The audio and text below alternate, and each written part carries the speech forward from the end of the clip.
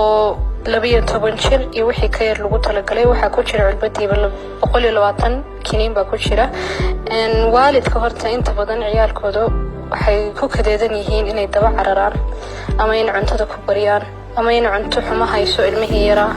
sidii cuntadii cunaya haddana wax yar u cunaya marka kiniinkan horta waxa ku jira caagadan waxa ku jirta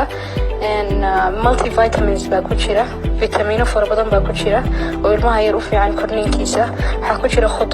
khudrawaad baa ku jira oo cabbage-kii iyo beetarafkii iyo karoodkii iyo koostadii ama spinachka tufaaxii grapes-kii ama cinabka waxa loo yaqaano ayaa ku wada jira marka khudrawaadkii iyo fawaakihii iyo vitaminadii culbadii lagu soo